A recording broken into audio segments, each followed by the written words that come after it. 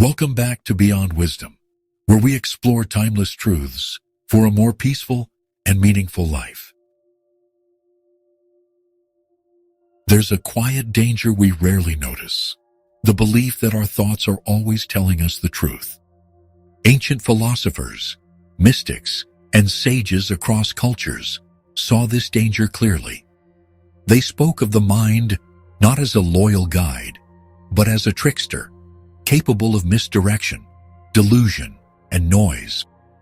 Today, with our minds constantly overstimulated, learning to question our own thoughts isn't weakness, it's wisdom. The Stoic philosopher Epictetus once said, "It's not things that disturb us, but our opinions about them." To the Stoics, the mind was not a perfect judge. It was tinted by habit, fear, desire, and illusion. Imagine looking into a cracked mirror. What you see is still a reflection, but it's warped. That, they believed, is how we often experience the world. Our thoughts don't reveal reality. They reveal our perception of it. So, if you feel slighted, angry, or anxious, the Stoics would urge, don't immediately trust the story your mind is telling.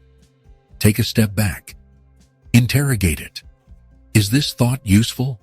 Is it even true? This pause, this moment of doubt, can open the door to wisdom.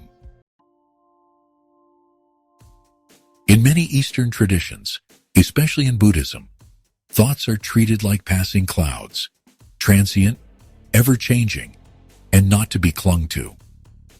The Buddha taught that clinging to thoughts, especially about the self, creates suffering. A person may think, "I am a failure," or "they don't respect me," and accept it as truth. But these are not facts. They are mental events.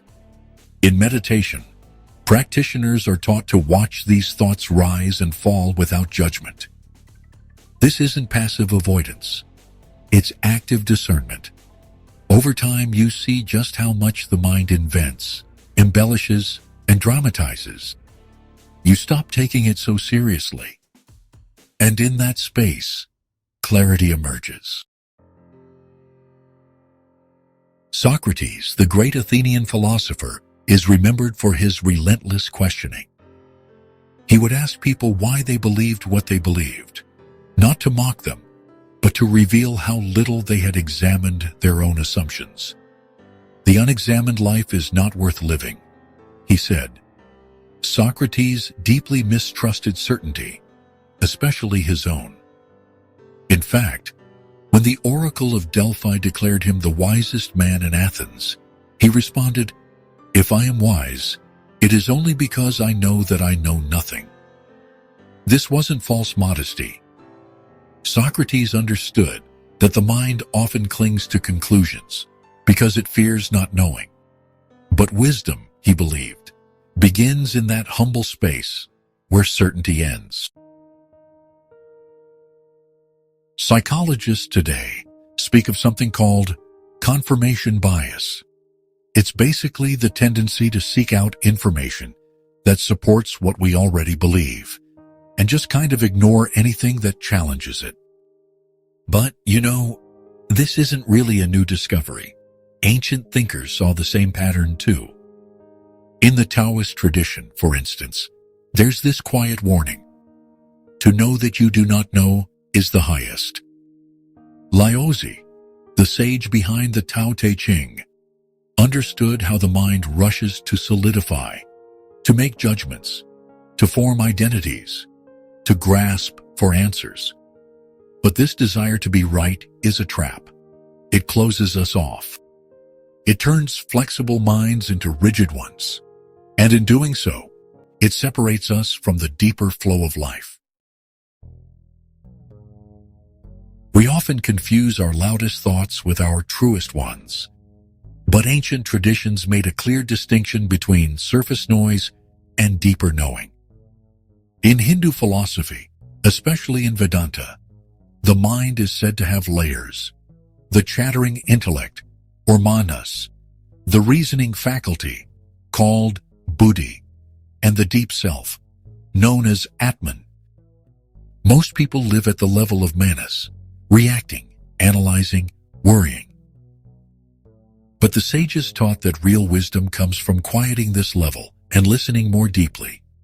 This is not anti-intellectualism.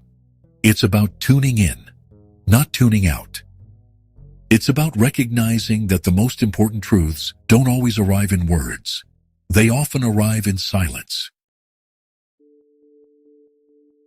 History is filled with examples of individuals and societies acting on unchecked beliefs, and, often with devastating results.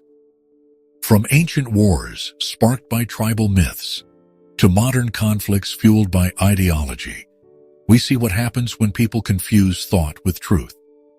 Marcus Aurelius, the Roman emperor and Stoic philosopher, reminded himself daily, "You have power over your mind, not outside events. Realize this, and you will find strength." He ruled an empire, yet saw clearly that the greatest battlefield was within.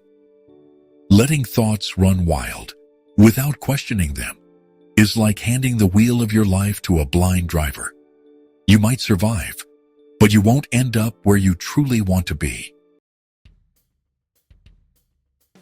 The Jewish mystic tradition of the Kabbalah speaks of ayin, the void or nothingness, as the gateway to divine understanding. It teaches that to receive wisdom, one must first become empty. This idea echoes across cultures. In Zen, it's beginner's mind. In Christianity, it's humility. In Islam, it's surrender. Each teaches that the fullness of wisdom comes not through more thinking, but through less attachment to thinking.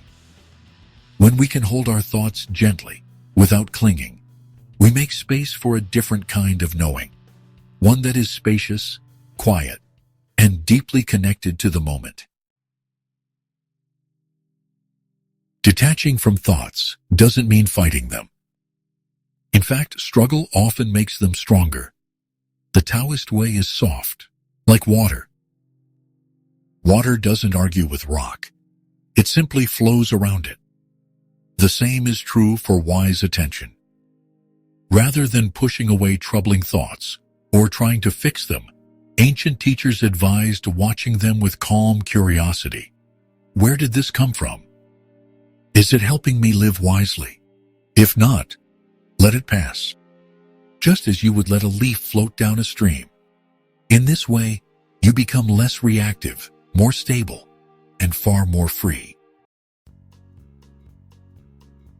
The wisest people in history weren't those with the most thoughts. They were those with the clearest relationship to their thoughts. They knew that the mind, while powerful, is not infallible. It needs guidance. It needs humility. And above all, it needs silence. In a world that urges us to listen to every opinion, every impulse, every anxious whisper in our heads, ancient wisdom offers a different path. Learn to question your thoughts, not with fear, but with gentleness. Because only by doubting our thoughts can we begin to see beyond them. Have you ever discovered that a thought you believed for years wasn't actually true? What helped you see it differently? Share your story in the comments. Thanks for watching. If this video brought you value, subscribe to Beyond Wisdom. Until next time, stay calm, stay strong, and stay wise.